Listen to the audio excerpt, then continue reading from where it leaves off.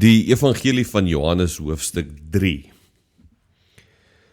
Daar was 'n man uit die geleedere van die Fariseërs met die naam Nikodemus, 'n leier van die Jode. Hy het in die nag na Jesus gekom en vir hom gesê: Rabbi, ons weet dat u 'n leermeester is wat van God gekom het, want niemand kan hierdie tekens verrig wat u verrig as God nie met hom is nie. Jesus het hom geantwoord: Amen, amen. Ek sê vir jou, as iemand nie van bo gebore word nie, kan hy die koninkryk van God nie sien nie. Nikodemus sê vir hom: Hoe kan 'n mens weer gebore word as hy reeds oud is?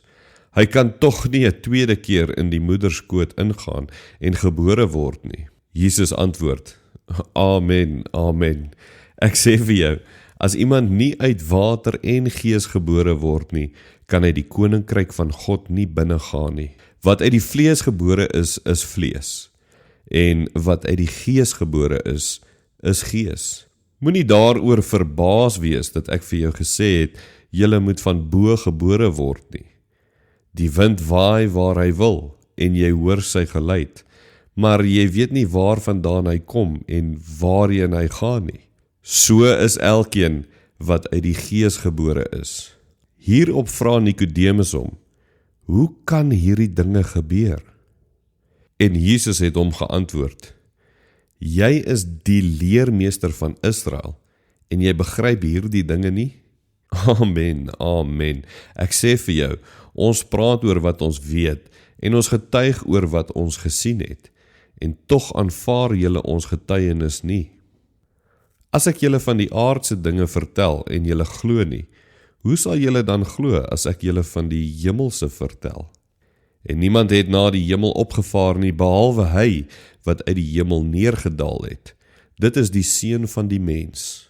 En net soos Moses die slang in die woestyn verhoog het, so moet die seun van die mens verhoog word, sodat elkeen wat in hom glo, die ewige lewe sal hê.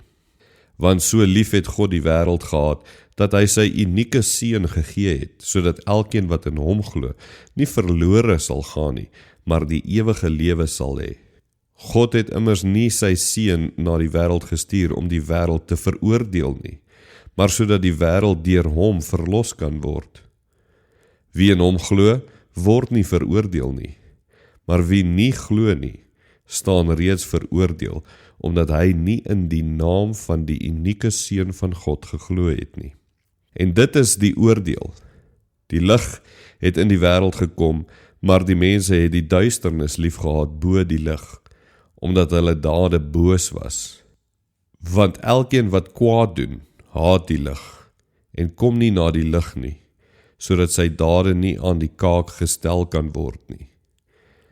Maar wie volgens die waarheid leef, kom na die lig, sodat sy dade bekend kan word, dat hulle in God gedoen is. Hierna het Jesus en sy disippels na die landstreek Judea gegaan, en daar 'n rukkie saam met hulle vertoef, en mense laat doop.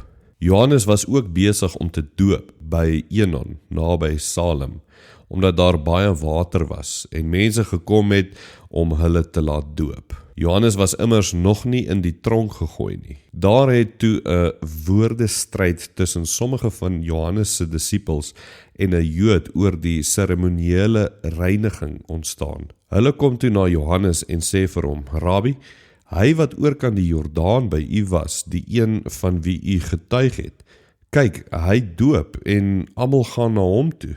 Johannes het geantwoord: 'n mens kan niks ontvang as dit nie uit die hemel aan hom gegee is nie. Julle kan self getuig dat ek gesê het dat ek nie die Christus is nie, maar dat ek voor hom uitgestuur is. Die een wat die bruid het, is die bruidegom, maar die vriend van die bruidegom wat daar staan en na hom luister, is baie bly oor die stem van die bruidegom. Daarom is hierdie blydskap van my volkome. Hy moet meer word en ek minder. Die een wat van bo afkom, is bo almal. Hy wat uit die aarde is uit die aarde en praat uit die aarde. Hy wat uit die hemel kom, is bo almal. Wat hy gesien en gehoor het, dit getuig hy, maar niemand aanvaar sy getuienis nie. Wie sy getuienis aanvaar het, het plegtig bevestig dat God waaragtig is. want hy vir wie God gestuur het, spreek die woorde van God. God skenk immers die Gees, nie in 'n geringe mate nie.